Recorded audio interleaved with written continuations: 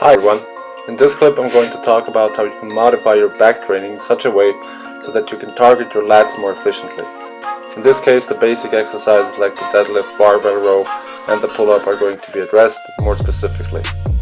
I will highlight particular points within each of these exercises that will enable you to target the lats and the back in general a bit more heavily. Alright, let's start off with the granddaddy of them all, the deadlift. The deadlift is widely regarded as arguably the best test for overall strength and is widely used by a variety of people. From regular fitness enthusiasts to elite level powerlifters and other strength and power athletes. Depending on the goals of an individual, however, the deadlift could be done slightly different.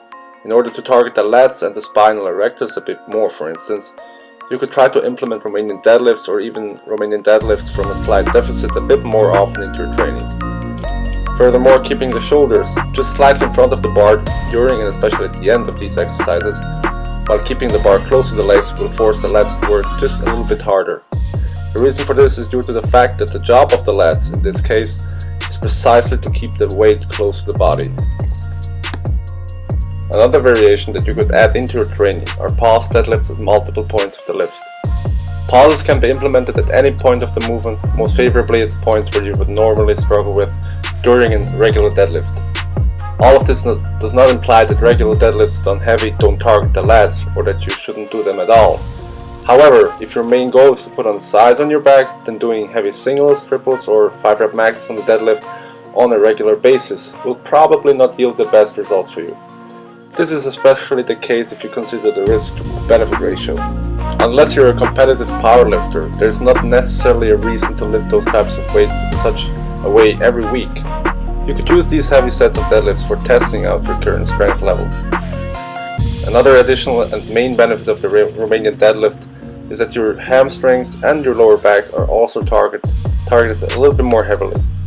Taking these points into consideration, you could try to lay off these heavy singles, triples, sets of 5s for a while and try to use RDLs and other variations of the deadlift, like pause deadlifts for instance, a bit more often for that period of time. Another back exercise that a lot of people are using is the pull-up. Not only that, but there's also quite a number of people among them that pull themselves up with additional weight. However, not many of them bear a corresponding back. Now, even though big muscles aren't always a guarantee for extraordinary strength levels, one could argue that those lats could actually be a little bit bigger if the pull-ups were done slightly different. Oftentimes with these cases one can see that the shoulders end up being protracted at the top of the movement. This means that the shoulders are rounded over and that the upper back is slightly hunched over, as you can see here. So why does this matter? In order to actually train the back muscles, like any other muscles, have to contract. That means they have to shorten. The longer the distance that the muscle can contract and lengthen, the better. When the shoulders are protracted, the back muscles don't tend to contract completely, as you can see here. The lats and upper back are not shortened all the way. And here, for instance, you can see that those muscles flex almost completely. So what do you have to do differently in order to get the most hypertrophic stimulus when doing the pull-up? There are a couple of cues that you can actually use in this case. The first one would be to try to expand your chest towards the bar on the way up and also to pull the bar towards your sternum. In addition to that, try to pull your shoulders back and down more than you would usually do. The other basic type of back exercise would be the row. Oftentimes people use too much momentum by swinging the bar or dumbbell up too much and involve their biceps way more than necessary. A cue that seems to work really well on any type of row is to focus on pulling your elbows back and especially to pull them as close as possible to your hips. Similar to the pull-up, you need to pull your upper arm as close as possible towards your rib cage and elbows to your hips in order to fully engage the lats. Why is that? One of the functions of the lats is to pull the upper arm from the front to the back, towards the rib cage. In this case of the pull-up, this is quite evident. When you do rows and are trying to work on your lats, you're also basically pulling the arm from the front to the back, towards the rib cage. A good way how you can make sure that the lats are doing most of the work is to almost drag the barbell along the thighs as you pull the bar up. In addition to that, make sure to get the bar as close as possible towards the hips, not the belly or the navel area, as you can see most people doing when doing the row. This is not necessarily wrong, but simply emphasizes the development of the upper and middle part of the back rather than the lats. Even though these cues can work really well for most people, there is always the possibility that they don't really hit home after all.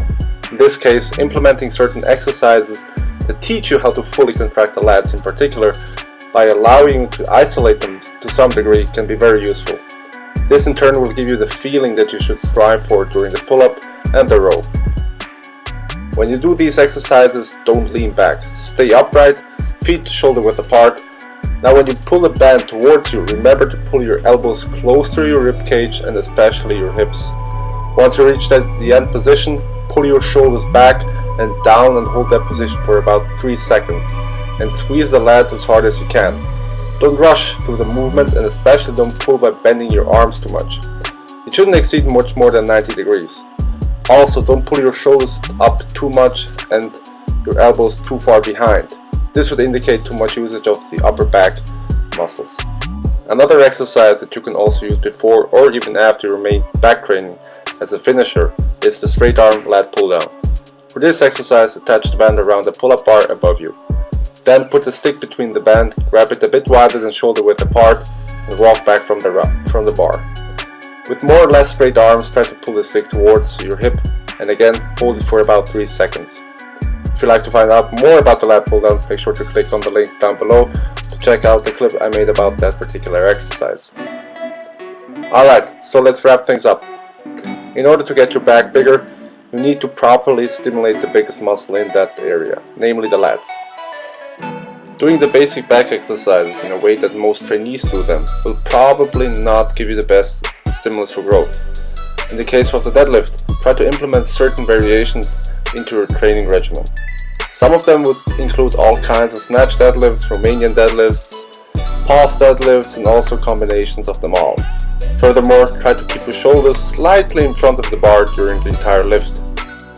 As for the rows and pull-ups, try to focus on pulling your upper arm and elbows as close as possible towards your rib cage and your hips. Meanwhile, pull your shoulders back and open up the chest as well. In addition to all of these cues, you can also use the prescribed exercise before your training in order to pre-activate the lats by isolating and contracting them as much as possible, helping you to establish that infamous mind-muscle connection for rows and pull-ups. That's it for this video. I really hope you could learn something and you enjoyed the video as well. Let me know what you think of it in the comment section down below. If you want to see more videos like this in the future, make sure to subscribe. In that sense, thank you so much for watching. Until next time.